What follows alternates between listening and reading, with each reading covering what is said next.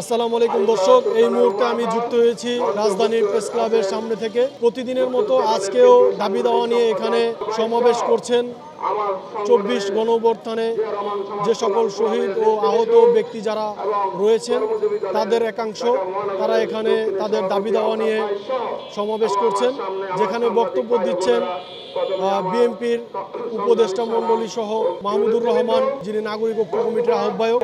আজকের এই গ্রামে যারা আহত হয়েছেন তাদের একটি প্রতীকী অনশন তারা করছেন। এই সরকার যারাই শহীদ হয়েছেন, যারা আহত হয়েছেন, বিএনপি সহ সকল দল, সকল পেশাজীবী, ছাত্র, তার একটা পূর্ণাঙ্গ তালিকা জাতির সামনে পেশ করা হোক এবং সেই তালিকা অনুযায়ী কাকে কত টাকা কিভাবে দিয়েছেন সেটাও জনসমক্ষে প্রকাশ করা হোক। কারণ এই সরকার তো রাজনীতি করার জন্য আসে নাই, তাহলে তারা এগুলো নিয়ে কেন রাজনীতি করবে?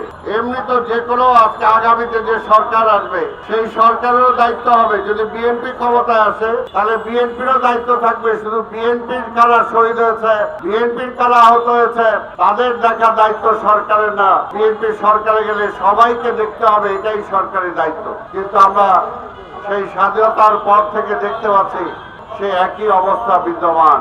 তাই সমবেত বন্ধুগণ, এই কারণে আমরা বলেছি এই সরকার সংস্কার সংস্কার বলছে, আগে তো এই জায়গাটা সংস্কার হওয়া দরকার যে বাংলাদেশের নাগরিক হিসাবে প্রত্যেকের সমান অধিকার আছে, সেই অধিকার থেকে কেউ বঞ্চিত হবে।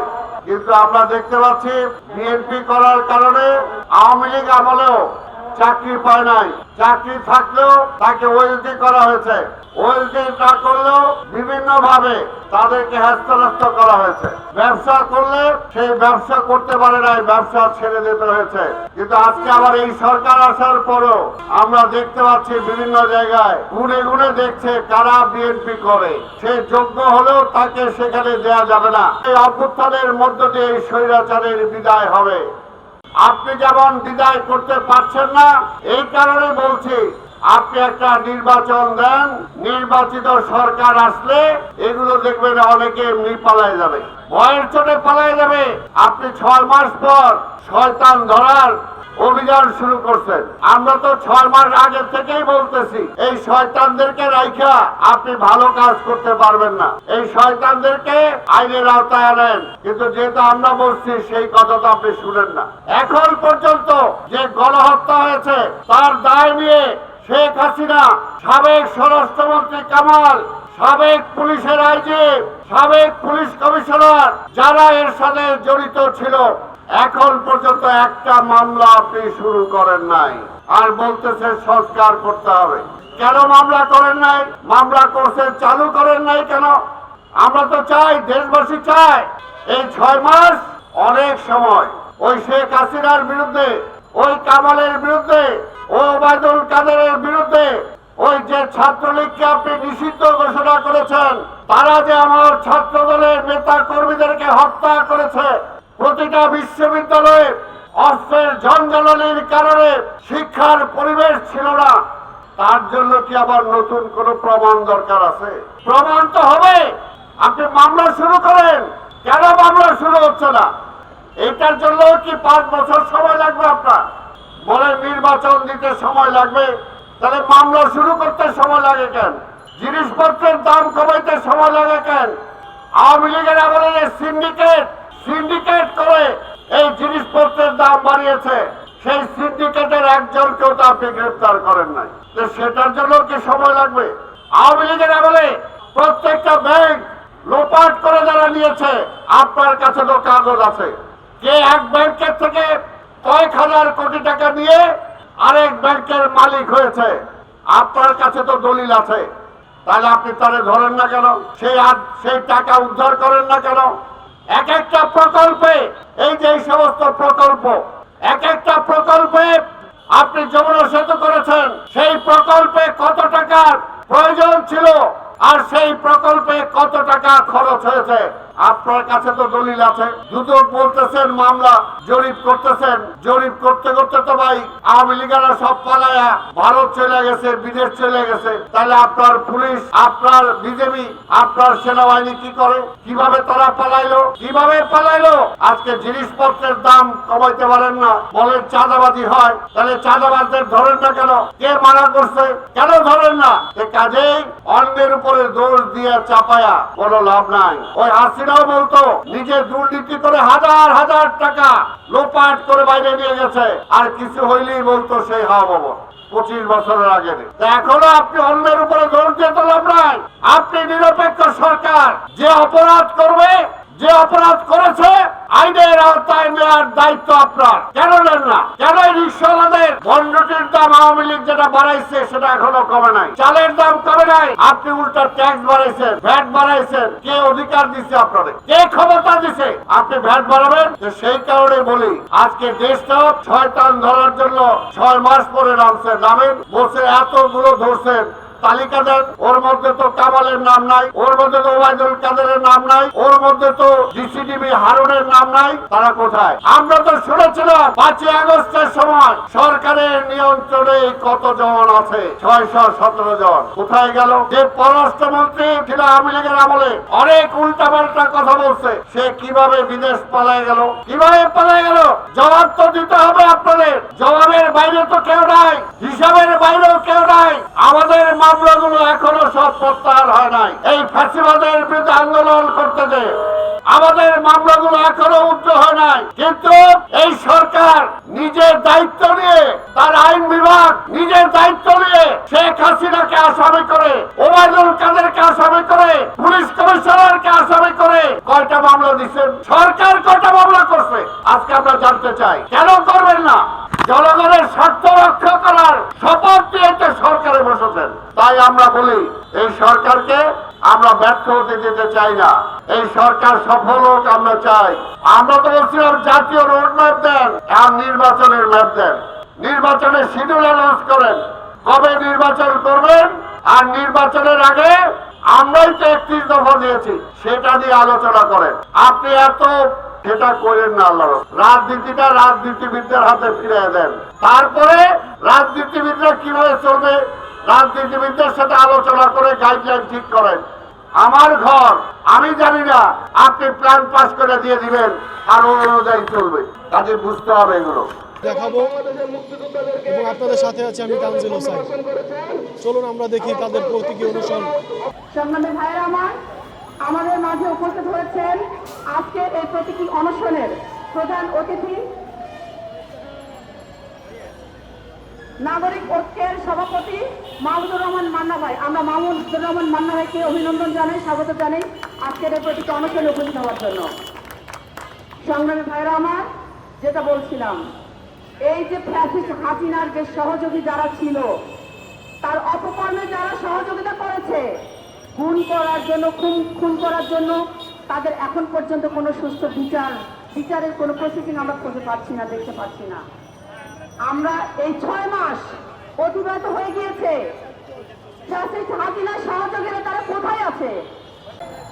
এই আহত মানুষগুলোর রক্তের উপরে দাঁড়িয়ে কিন্তু তারা ক্ষমতায় আসীন হয়েছেন। আজকে নিহত পরিবারগুলো যারা জুলাই আগস্টে নিহত হয়েছেন, তাদের চোখের পানি এখনো শুকায় নাই। এখনো সেই পরিবারের মানুষগুলোর সামনে এই খুনিরা এখনো চলাফেরা করছে, দিব্যি হেঁটে বেড়াচ্ছে, তাদের কোনো বিচার নাই। আজকের এই জুলাই আগস্টের গণ অভ্যুত্থানে যারা আহত হয়েছেন, তারা এই ঢাকা শহরের অজস্র হসপিটালে এখনো চিকিৎসাধীন। তাদের এখন পর্যন্ত কোনো সুচিকিৎসা হচ্ছে না। এই অন্তর্বর্তীকালীন সরকার অথচ এই আহত এবং নিহত মানুষগুলোর কারণে আজকে তারা ক্ষমতায় আসীন আছেন। আমাদের প্রত্যাশা ছিল এই সরকারের কাছে অনেক প্রত্যাশা। প্রথমেই তাদের দায়িত্বের ভিতরে পড়ে যে মানুষগুলোর জন্য তারা আজকে ক্ষমতায় বসে আছেন, এই মানুষগুলোর দিকে তাকানো। অতি দ্রুত সুচিকিৎসা এবং পুনর্বাসনের দাবিতে আজকের এই প্রতীকী অনশন কর্মসূচির শ্রদ্ধাভাজন প্রধান অতিথি, বাংলাদেশের জাতীয় রাজনীতির বরেণ্য ব্যক্তিত্ব, মেধাবী রাজনীতিবিদ, গত 15 বছরের এই স্বৈর শাসক খুনি হাসিনার বিরোধী আন্দোলনের যিনি সামনের কাতারে নেতৃত্ব দিয়ে এসছেন, আমাদের শ্রদ্ধাভাজন প্রিয় নেতা, এই দেশের ছাত্র আন্দোলনের গৌরবোজ্জ্বল ব্যক্তিত্ব জনতা জনাব মাহমুদুর রহমান মান্না একটু আগে বক্তব্য রেখেছেন। আমার ছোট বোন সাবেক ছাত্র নেতা এবং বিএনপির ঢাকা মহানগর দক্ষিণের আহ্বায়ক কমিটির অন্যতম সদস্য অ্যাডভোকেট আরিফা সুলতানা রুমা, আমাদের নেতা যারা তারেক রহমান সাহেব বলেছেন এই সরকারকে আমরা ব্যর্থ হতে দেব না, এই সরকারকে ব্যর্থ হতে দেওয়া যাবে না। তার মানে এটা নয় যে আজকে রিক্সাওয়ালারা সারাদিন রিক্সা চালানোর পরে ঘরে তাদের চাল কেনার পকেটে টাকা থাকে না। আজকে তাদের নিত্য প্রয়োজনীয় দ্রব্যমূল্যের দাম খুনি হাসিনার আমলের চেয়ে অনেক বেশি, এই কথা স্বীকার করার কোনো উপায় নাই। আজকে ভোটের কথা বললে, নির্বাচনের কথা বললে এই সরকারের আশেপাশে যারা রয়েছেন তাদের চোখ ভুল অনেকের কুচকে যায়। ভোটের অধিকার চাওয়া কি কোনো অন্যায় বিষয়? ভোটের অধিকারের জন্য তো কত বড় বছর লড়াই সংগ্রাম হয়েছে। ভোটের অধিকার প্রতিষ্ঠা না হওয়া পর্যন্ত একটি দেশের গণতন্ত্রকে আপনি গণতান্ত্রিক দেশ হিসেবে বিবেচনা করতে পারেন না। অনির্বাচিত সরকার একটি রাষ্ট্রে বেশি দিন থাকতে পারে না। আমি বিশ্বাস করি সবাই যারা ফ্যাসিবাদের বিরুদ্ধে ছিলেন, লড়াই করেছেন, যে যতখানি পারে তারা সবাই এই মানুষগুলোকে শ্রদ্ধা করে। এরা যখন বারে বারে রাস্তায় নামে নিজেদের চিকিৎসার দাবিতে, তাদের প্রাণের জন্যে, একটা ভালো জীবনের জন্যে, তাদের অভাব অভিযোগ জানাতে, আর্থিক অভিযোগ অথবা অন্য, তখন মনে হয় যে আমরা আসলে এখনো কত দিন দরিদ্র আছি, যে যারা জীবন দিয়ে আমাদেরকে জীবন দেওয়ার লড়াই করেছে তাদের আমরা সম্মান করতে পারি না। আমি আবার তাদের প্রতি শ্রদ্ধা জানাচ্ছি। কারো প্রতি সমালোচনা করার বিষয় নয়, কাউকে দোষারোপ করবার চেষ্টা করছি না, কিন্তু আমি মনে করি যারা যেভাবেই এখন ক্ষমতায় আছেন, দায়িত্বে আছেন, তাদের উপরে এই দায়িত্ব বর্তায়, তারা যেন এদের দেখে। এইরকম মানুষ কতগুলো আছে। ধরেন ১৫০০ এই ২০ দিনের আন্দোলনে মৃত্যুবরণ করেছে, ধরেন ৫০০০ যারা আহত হয়েছে, ধরেন ৩০০০ যারা প্রায় পঙ্গুত্ব বরণ করেছে। এই মানুষগুলোর উপকার করা, তাদের সাহায্য করা কি এতই কঠিন যে বারে বারে ৫ মাস ধরে, ৬ মাস ধরে তাদেরকে রাস্তায় যাওয়া আসা করতেই হচ্ছে? আমি জানি আমাদের প্রশাসন এমন যে এরা ঠিক মতো কাজ করতে পারে না। আমরা যখন সংস্কারের কথা বলি তখন এই প্রশাসনকে এমনভাবে তৈরি করতে বলি যাতে মানুষের ১০ বার করে অভিযোগ করতে না হয়। মানুষ একবার অভিযোগ করলেই যেন তার জবাব প্রশাসন দিতে পারে। যখন অভাবের কথা বলে তখন সেই অভাব যদি তখনই মেটাতে নাও পারে, কিন্তু তাকে বলতে পারে এই অভাব মেটাবার জন্য আমাদের এই রকম একটা পদ্ধতি চালু আছে। আমি এও বলি ৬ মাসের মধ্যেই হয়তো সেটা পারা যায় না, কিন্তু ২ বছরের মধ্যে, ৩ বছরের মধ্যে, অথবা কতদিনের মধ্যে ওই রকম একটা প্রশাসন গড়া যায়, সেই রকম একটা দেশ গড়া যায়, যেই দেশে আমি নিরাপদ বোধ করব। আমি কোনো বিপদে পড়লেও আমার দেশ, আমার দেশের সরকার, আমার দেশের প্রশাসন, যারা দেশ চালায়, তারা অন্তত আমার অভাব অভিযোগ দূর করবার জন্য এগিয়ে আসবে। গত ১৫ বছর ছিল একেবারে বৈরী একটা সরকার, মানুষের দুশ্মন একটা সরকার, যারা অন্যের দুঃখে আনন্দ পেত। এক ধরনের স্যাডিজম ছিল তাদের মধ্যে। অন্যের কষ্টে আনন্দ পাওয়ার নাম ইংরেজিতে বলে স্যাডিজম। এইরকম কষ্ট দিয়ে শাসন করে, লুটপাট করে নিজেরা আনন্দ অনুভব করত। আমরা এই রকম সরকার চাই, যেই সরকার জনগণের দুঃখে নিজের দুঃখ পাবে, যেই সরকার জনগণের দুঃখ দেখলে সেই দুঃখ দূর করবার চেষ্টা করবে। আমি কিন্তু এই কথা বলছি না এখনকার যে সরকার আছে সেটা বৈরী সরকার, সেটা জনগণের শত্রু সরকার, তারা জনগণের জন্য কোনো ভালোবাসাই পোষণ করে না, বলছি না। কিন্তু এই কথা বলি, এই সরকার হলেই হবে না, কেবল ভালো মানুষ দিয়ে দেশ চলে না, যোগ্য লোকও লাগবে। সেই রকম মানুষ যে ভালো জনগণকে ভালোবাসে এবং জনগণের কল্যাণ করতে পারে, উপকার করতে পারে, সেই রকম দেশ চাই, সেই রকম সরকার চাই। আর তার জন্যে সেই রকম প্রশাসন চাই। শুধু সেটা সিভিল অ্যাডমিনিস্ট্রেশন নয়, পুলিশ, আর্মি, যতগুলো আছে প্রত্যেকটা মানুষ দেশকে ভালোবাসবে। দেশকে ভালোবাসবে মানে দেশের মানুষগুলোকে ভালোবাসবে। আর সেই ভালোবাসা সবচাইতে বেশি সামনে যারা বসে আছে, এই ধরনের আহত, পঙ্গু, মৃত মানুষগুলোর প্রতি যাবে, যাতে আমরা বোঝাতে পারি যে আমরা মহৎ আদর্শে যারা জীবন দিয়েছেন তাদেরকে কত সম্মান করি। আমি ঠিক জানি না এইরকম কতগুলো মানুষ এখন পর্যন্ত রাষ্ট্রের কাছে, সরকারের কাছে কোনো রকম সহযোগিতা পায়নি। আমি একই সঙ্গে বলছি, এই জন্য সরকারকে আমি কাঠগড়াতেও তুলছি না, কিন্তু সরকারের কাছে দাবি করছি যত তাড়াতাড়ি পারে আপনারা করছেন, একেবারে করছেন আমি তা বলবো না, কিন্তু সেই করা যথেষ্ট হচ্ছে না। গতকালকে আমরা প্রধান উপদেষ্টাকে দেখেছি, কিন্তু তারপরে আজকে তাদেরকে দেখবো কেন? তাহলে আমরা একবার দেখতে চাই প্রধান উপদেষ্টা যখন বলবে, যখন প্রধান শাসক যারা দেশের শাসক করছে তারা দাঁড়িয়ে যখন বলবেন এদের দায়িত্ব আমরা দিলাম, তখন আমাদেরকে আর রাস্তায় দাঁড়াতে হবে না। আমাদের কাছে তারা আসে, কেন আসে? কারণ তারা হয়তো সরকারের কাছে যেতে পারে না, প্রধান উপদেষ্টা পর্যন্ত পৌঁছাতে পারে না। কিন্তু আবারও বলি, আমরা এইরকম একটা দেশ চাই যেখানে জনগণের সাথে সরকার প্রধানের মধ্যে এরকম একটা সিঁড়ি থাকবে যাতে সরাসরি তার কাছে যাওয়া যায়, সরাসরি তাকে বলা যায়। রাষ্ট্র এবং সরকার জনগণের সেই কল্যাণের চেষ্টা করে। এখন যদি চাউলের দাম বেড়ে যায়, তরি তরকারির দাম বেড়ে যায়, আবার পকেটে যদি টাকা না থাকে চাল কেনার, সে দায়িত্ব কার? অবশ্যই সরকারের কাছে বলবো। যদি কেউ অন্যায়ভাবে আমার অধিকার কেড়ে নেয়, কেউ আমার উপরে নির্যাতন করে, কেউ আমার মা বলে নির্যাতন করে হাত করার চেষ্টা করে, তাহলে কার কাছে যাব? রাষ্ট্রের কাছেই তো যাই, সরকারের কাছে যাই। রাষ্ট্র এবং সরকার যেন তখন জনগণের পাশে দাঁড়াতে পারে। সেই রকম দেশ গড়বার জন্যই আমরা বলছি, একবারে হবে তা নয়, কিন্তু ধারাবাহিকভাবে এই লড়াই চলবে দেশটা বদলে দেওয়ার জন্যে। বাংলাদেশ সারা পৃথিবীর মধ্যে সেই রকম একটা দেশে পরিণত হবে যে এই দেশের কথা অন্যান্য জায়গা বলবে। আমরা যখন এখন কেরালার কথা বলি, যদিও দেশ নয়, একটা রাজ্য, কিন্তু ভুটান একটা দেশ, তার কথা বলি, ওইখানে মিনিস্ট্রি অফ হ্যাপিনেস আছে, সুখের মন্ত্রিত্ব, সুখের মন্ত্রণালয়। তারা জনগণের সুখ কীভাবে নিশ্চিত হয়, গ্যারান্টি করা যায়, সেই কাজ করে। আমরাও বাংলাদেশে ওই রকম একটা শান্তির, সুখের, প্রশান্তির দেশ গড়তে চাই, সেই রকম প্রশাসন করতে চাই। আপনারা নতুন একটি রাজনৈতিক দল নিয়ে কর্মকাণ্ড শুরু করেছেন। আপনারা হবেন, মন্ত্রী হবেন, প্রধানমন্ত্রী হবেন, আমাদের তাতে কিছু যায় আসে যায় না। কিন্তু আমার মতে, আমি একজন রাজপথের যোদ্ধা হিসেবে মনে করি আপনারা হয়তো বা ভুল পথে হাঁটছেন।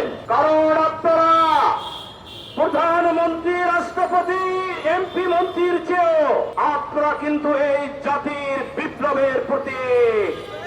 আপনারা কিন্তু 24 আন্দোলনের এই সারা বিশ্বের মানুষের কাছে আপনারা কিন্তু মহানায়ক। কিন্তু সেই মহানায়ক, সেই বিপ্লবের প্রতীককে উপেক্ষা করে আপনারা এমপি মন্ত্রী হওয়ার খায়ে জেগেছে। আপনারা একদিন ওই যে গণজাগরণ মঞ্চের ইমরান, ওই ইমরানের মতো আপনারা হয়তো হারিয়ে যাবেন। ভাই একটু পিছিয়ে যাই, ভাই একটু পিছিয়ে যাই। না ঠিক আছে।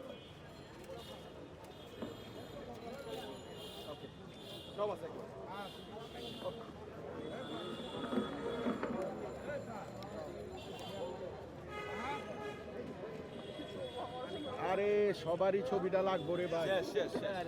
শুরু করছেন আপনি ভাই, আপনি কি আহত? আমি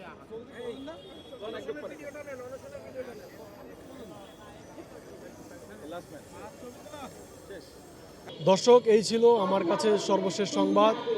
প্রেস ক্লাবের সামনে থেকে তানজিল হোসাইন, বি নিউজ, ঢাকা।